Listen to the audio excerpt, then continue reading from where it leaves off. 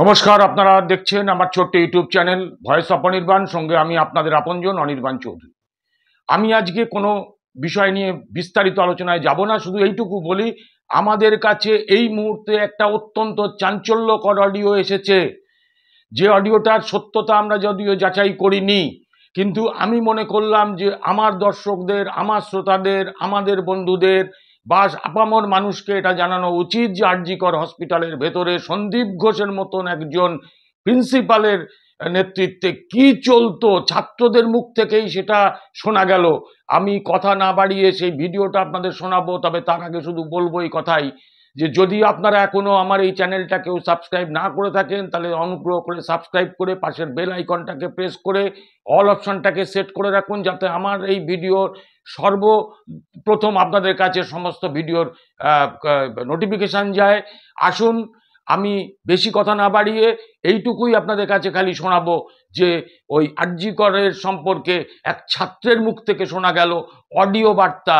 কি অডিও শুনুন, আপনারা মতামত দেবেন কমেন্ট সেকশনে গিয়ে। আসুন শুনি সেই অডিওটা।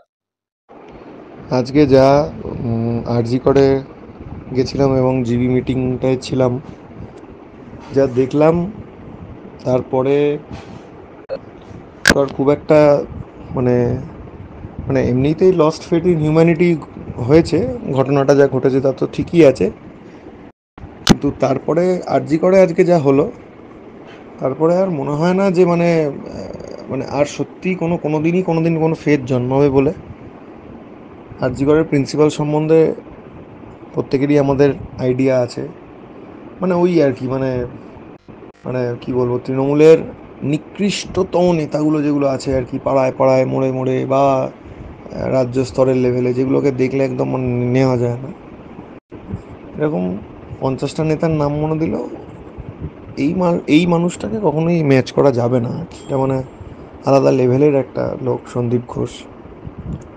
তো কেন সে এত বিখ্যাত বা কেন তার এত বিশাল প্রতাপ? Undergraduate, final year, intern, এরকম প্রত্যেকটা কলেজের একটা একটা মুষ্টিমেয় একটা একটা চাঙ্ক আছে যারা এর থেকে ডাইরেক্ট সুবিধা পায়। ছেলে বা কেউ একজন সাপ্লি পেয়েছে, ইন্টার্ন দাদা বলল পরের দিন, ভাই ফাইনাল ইয়ারে সাপ্লি পেয়েছিস, পাস করিয়ে দেবো 10 লাখ টাকা, একদম 10 লাখ। এবার পরের দিন ফাইনাল ইয়ারের এমবি রেজাল্টের পরের দিনটার কথা ভাব, সবাই ইন্টার্নশিপ নিয়ে পোস্ট দিচ্ছে, পাস করে গেলাম, ডাক্তার হয়ে গেলাম, সেই ইমোশনাল একটা জায়গা। সেখানে 10 লাখ টাকা দিয়ে দিল, 2 লাখ টাকা সন্দীপ ঘোষ, 8 লাখ টাকা ইন্টার্ন। ঠিক আছে, সেই দিয়ে ইন্টার্ন গাড়িও কিনে নিল। এরকম হামেশাই হচ্ছে প্রত্যেক কটা medical college in West Bengal. Intern decision নিয়ে নিচ্ছে যে কেউ ওর এগেনস্টে কিছু কথা বলেছে বা কোথাও, তার বদলি। কেন? সে সন্দীপ ঘোষের লোক, মানে একজন অ্যাসিস্ট্যান্ট প্রফেসর কোথাকার কোন ডিপার্টমেন্টে, সে বদলি হয়ে গেল কারণ সে ইন্টার্নটা হচ্ছে সন্দীপ ঘোষের লোক।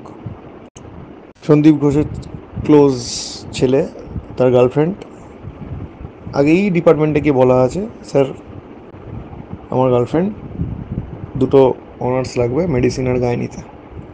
রেজাল্ট বেরোলো 2টো অনার্স।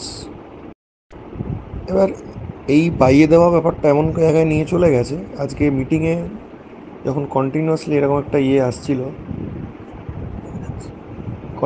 যখন একটা ন্যারেটিভ আসছিল যে অথরিটি যা যা আছে, শাস্তি, হ্যাঁ তাড়াতাড়ি করে জাস্টিস হোক ইত্যাদি, সিকিউরিটি ইত্যাদি, একটা তো আসছেই যে অথরিটি কেন চুপ, অথরিটি কেন নেবে না। এইটা নিয়ে সবাই ইউনানিমাস, সব কলেজের সব রিপ্রেজেন্টেটিভ, প্রায় 150 জন আরজি করের ইন্টার্ন যারা সকল তাদের প্রতিবাদ, না এইরকম একটা ন্যারেটিভে আমরা নেই, কেন প্রিন্সিপালকে নিয়ে বলা হবে সেইখানে একটা বীভৎস তুলকালাম কাণ্ড। লেকচার থিয়েটারের আলো দুবার করে বন্ধ করে দেওয়া হলো, সেম দেওয়া হলো, কিন্তু প্রত্যেকে একটা কথাই খালি সবাই স্টিক করে দিল যে এমএসবিবি প্রিন্সিপালের রেজিগনেশন, বা অ্যাটলিস্ট রেজিগনেশন না হলে অথরিটিকে দায়িত্ব নিতেই হবে বা একটা স্টেটমেন্ট দিতেই হবে। এটাতে ওরা কিছুতেই মানবে না, অথরিটি আসবে না, বাকি সব ঠিক আছে, সন্দীপ ঘোষকে কোনো রকমভাবে অ্যাকাউন্টেবল করা যাবে না। এবং টু দ্যাট এক্সটেন্ট যে চোখ রাঙানি এবং পিজিটিরা আছে, মানে আরজিকরের পিজিটিরা যারা একদম টোটালি, তো তাদের সাথে আমরা বাইরে গিয়ে আরজিকরের পিজিটিদের সাথে কথা হচ্ছে, ভাই কী ব্যাপারটা বল, বলো ভাই দেখলি তো আমরা যে স্বাচ্ছন্দ্যে ভালো করে প্রোটেস্ট করতে পারবো না। পুরো ইউজি মাস, পুরো ইন্টার্ন, মানে পুরো না হলেও একটা বিশাল সংখ্যক তারা করতে দেবে না। পাস ফেল অনেক দূরের ব্যাপার, সন্দীপ ঘোষ এমন লোক যার এগেনস্টে বেশি কথা বললে বাঁচা মরাটার ওপর ব্যাপার হয়ে যাবে, মরেও যেতে পারি। পাস ফেল অনেক পরের ব্যাপার, এমডি পাস করলাম না, এমএস পাস করলাম না, সেটা অনেক পরের ব্যাপার। এই হচ্ছে আরজি করের পরিস্থিতি। এবং this is the reason why এত বড় একটা ঘটনার পরেও জিনিসটার এফেক্ট এখনও এত মাস আপহিভেল হয়নি ফ্রম দ্য এপিসেন্টার ইটসেলফ।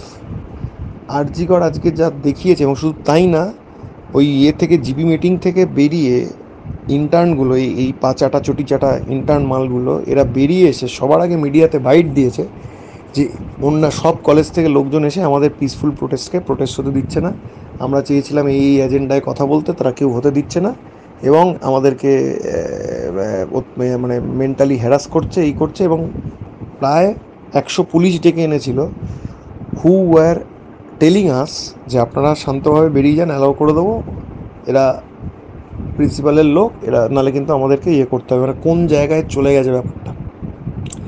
আজকে আরজি করের পরে খুব সম্ভবত, মানে আরজি করের থেকে যদি কালকে বা পরশু স্টেটমেন্ট আসে যে না আমরা সব আন্দোলন তুলে নিলাম, সব ঠিক আছে, সব ভালো, সবাই ভালো, সেই ইত্যাদি, খুব অবাক হব না আমি আজকের পর।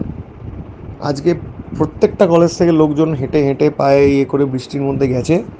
হ্যাঁ, আমি নিজেই তো মেডিকেল কলেজ থেকে আরজি কর পুরো হেঁটে গেছি, গিয়ে যা সিচুয়েশান দেখলাম, মানে শুধুমাত্র মারামারিটা হওয়া বাকি ছিল এই ছেলেগুলোর সাথে।